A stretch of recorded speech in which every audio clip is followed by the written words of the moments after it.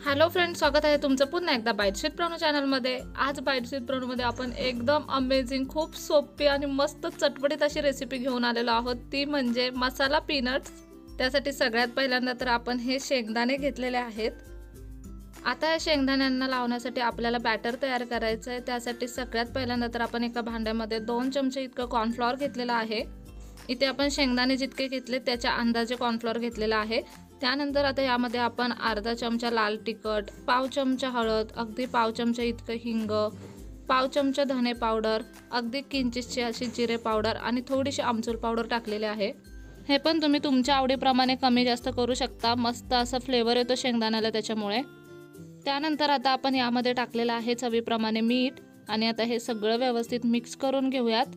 आता याचा आपल्याला बॅटर तयार करून घ्यायचं आहे। त्यासाठी ह्याच्यामध्ये थोडंसं पाणी ॲड करायचं आणि ह्याचं बॅटर तयार करून घ्यायचं आहे।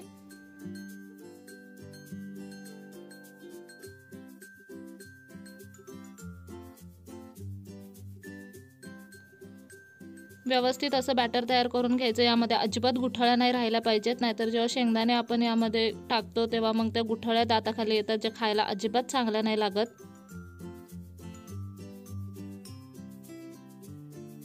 अगदी स्मूथ अशी पेस्ट तयार करून घ्यायची आहे। इथे तुम्ही पाहू शकता रनिंग कन्सिस्टन्सीमध्ये आपण ही पेस्ट तयार करून घेतली आहे। आता सगळ्यात पहिल्यांदा तर एक कढई घेऊया। कढईमध्ये आपण तेल गरम करून घ्यायचं आहे।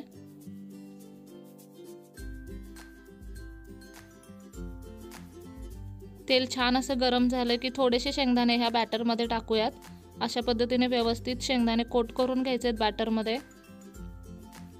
इथे तुम्ही पाहू शकता आणि त्याच्यानंतर एक एक करून आपल्याला हे शेंगदाणे तेलामध्ये सोडायचे आहेत।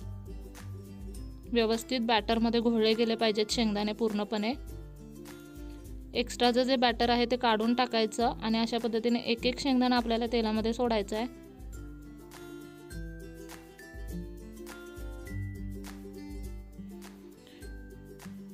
इथे आपण जेवढे कढईमध्ये बसतील तेवढे शेंगदाणे सोडून घेऊयात।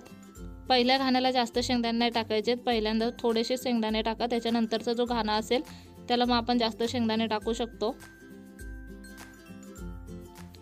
मस्त कुरकुरीत होईपर्यंत हे शेंगदाणे आपल्याला फ्राय करून घ्यायचे आहेत। बारीक गॅसवरती शेंगदाणे फ्राय करून घेऊयात, म्हणजे कुरकुरीत आणि क्रिस्पी असे बनतात हे शेंगदाणे।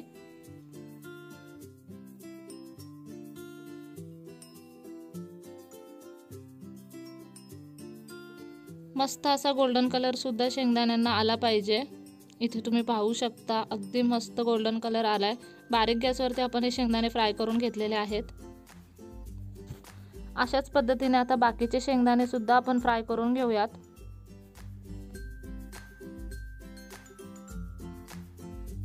कधीतरी घरी रिकामा वेळ असेल तेव्हा काहीतरी खाऊसं वाटतं आणि बनवायचं खूप कंटाळा आला असेल तेव्हा तुम्ही झटपट असं काहीतरी बनवायचा विचार करत असाल तर डेफिनेटली हे वाले शेंगदाणे बनवू शकता। खूप अप्रतिम लागतात। आता हे शेंगदाणे आपण बाउलमध्ये काढून घेतले। त्यावरती आपण हलकंसं लाल तिखट आणि अगदी किंचितचं मीठ टाकणार आहे। तुम्ही ह्याऐवजी ना पेरी पेरी मसाला असेल तुमच्याकडे तर तो सुद्धा टाकू शकता, खूप भारी लागतो।